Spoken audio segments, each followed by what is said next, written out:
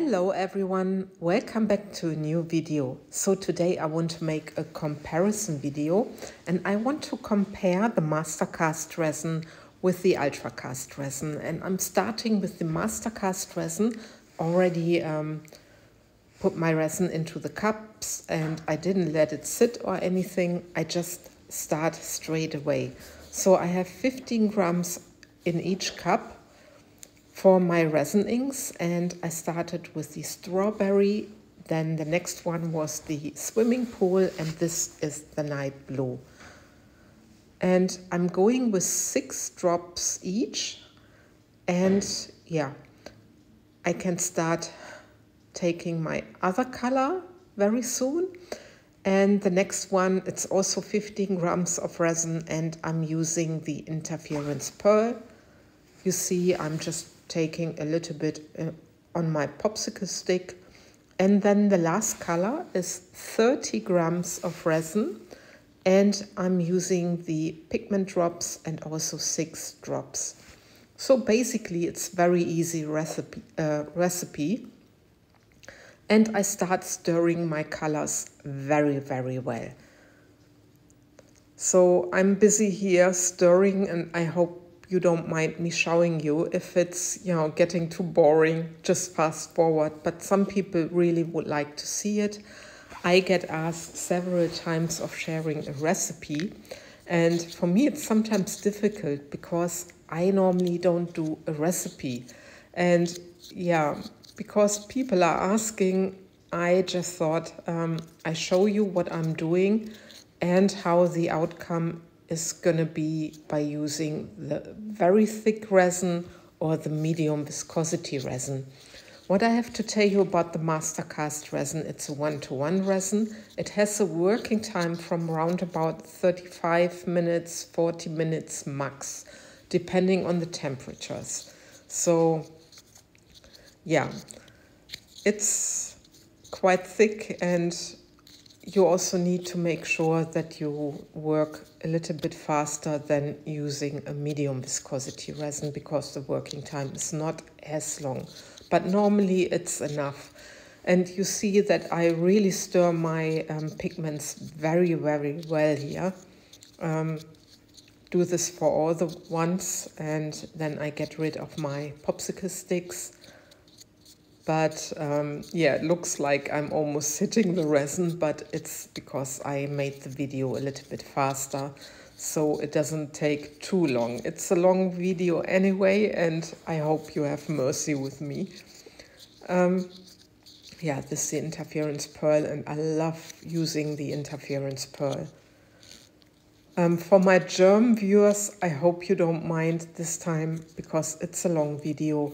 I will only do one voiceover in the English language, and I hope it's okay, because sometimes it takes so much time, and yeah, right now I'm not always having the time for 2 voiceovers. I try my best to do it as much as possible, but sometimes it just doesn't work out. So I just needed to clean my mold a little bit, and then I can start pouring with my first coaster. And I start layering the colors.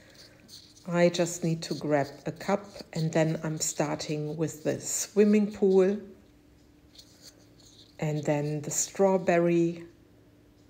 Awesome colors. I really love the resin inks.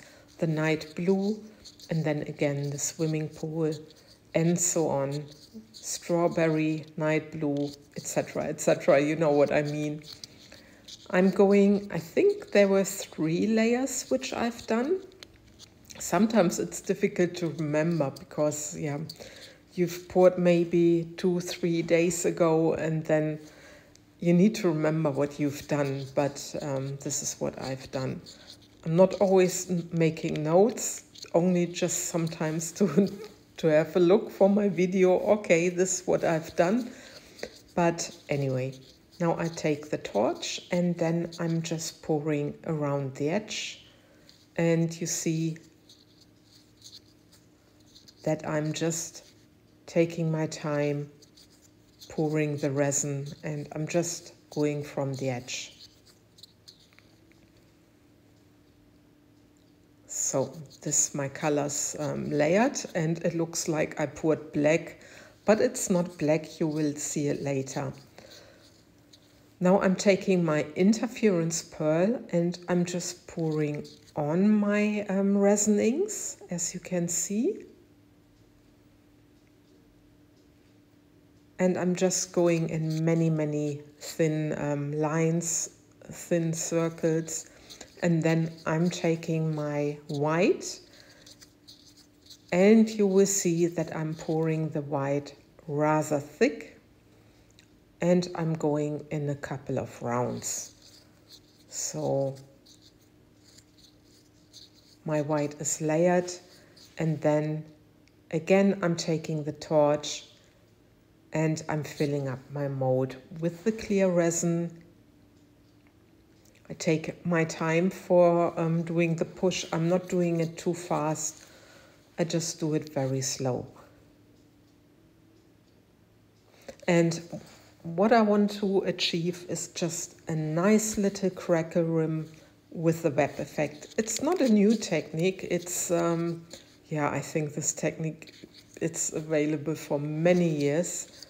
But when you pour exactly this kind of technique in a deep mold, you get a completely different result than pouring it in a shallow mold like I'm doing now. So anyway, I just take here some cracks, and these are actually from Laura's Art Corner. So I'm sorry, Laura, I cannot remember the name of them, but there's some sort of fusion glass. There are some some red balls in there, and also I think some turquoise. And now I'm taking also other colors, some silver and some bluish crash glass. So I'm taking different things and I'm just pushing it down. And while, you know, my first coaster can do its magic, I prepared here my next colors. I did this a little bit aside. You have a little time lapse here so you can see what the resin is doing with this coaster. And now it's the ultracast resin, and I'm doing exactly the same thing. I had the same amounts. I had 15 grams each of the resin inks with 6 drops. I had the interference pearl with 15 grams, and I mixed the white with 30 grams and 6 drops of the pigment drops. So that's what I've done also for this pour. And I want to see the difference. What I've done with the ultracast resin, I let it sit for 20 minutes. So it would get a little bit thicker, it would get warmer, and yeah. So I'm very curious how this is working. The ultracast resin is, like I said before, a medium viscosity resin. It has a working time from round about 60 minutes. And you see, I'm really trying to pour exactly the same way. You cannot pour 100% the same, but you see it's rather quite exact. So my resin inks are poured, and then I can continue with the interference pearl. I'm pouring this again in little spirals, very thin. And yeah, like I said, I love this interference pearl. It's a wonderful color. Just love the effects and the sheen it does give the pour. This is what I like. Yeah, just a quick torch, and then I can continue again with my white, and I just go again in a couple of circles. So this is my white done, and then again the torch, and then I take the rest of the clear resin and give it a push in the center. So what I thought about doing maybe next time, that I will wait a little bit before I do the push, just to see how the white is pulling to the center from the circle. So this is something when I do this technique again, is something I would like to do, and I would like to see what difference it makes if it makes the center more closed, if you know what I mean. This is what I just had while doing my voiceover. I just thought about it, but I will see. I will test this, and yeah, hopefully you know what I mean. With my first coaster, I just gave it a swirl, and now the second coaster can do its magic as well. I need to give it the same stones for the center. And I think I said I used silver stones. Let me have a look. I think they weren't silver. There were some like teal colored cracks, glass cracks, I'm sorry. Sometimes really you get mixed up, but there's no silver. So this correction of my center. So anyway, you see how the resin is moving, what's doing, and very soon I will put the center into the center of my, or the cracks into the center of my piece there. So again, this awesome glass glitters from Laura's Art Corner. Then the glass stones in turquoise or teal, and then I have the bluish cracks. And I thought this is a nice mixture for this pour, because you get all the colors I had in my resin inks. And I'm very curious how this is now gonna work. But like I said, I want to try it next time, that I let the white move more to the center before I do my push. So this is now the next day. I can demold. I'm very curious how the difference are. So let's wait and see. So this is the master cast, and I'm very curious. They look quite similar from the pouring side. So, and look at this. There is a nice rim, I like it, but they are like from the resin inks, those fluffy parts. Do you see this? It's very interesting to see. It gives the piece really a lot of depth. I really like it. It's very beautiful, but normally I don't have this with Mastercast, but it could be. I had quite a few bubbles. It's cold over here, so anyway. Now the Ultracast resin, and look at this.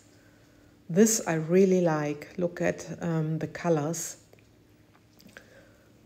I really like the rim, and I like these little blobbies.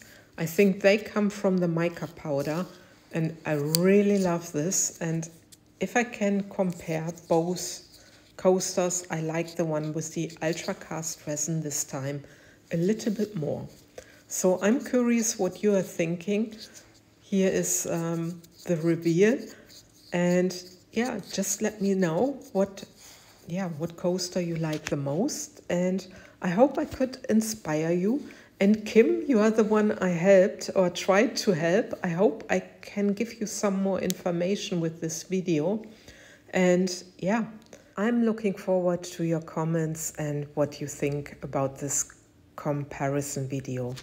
Okay, guys, thanks for watching and take care. Bye-bye.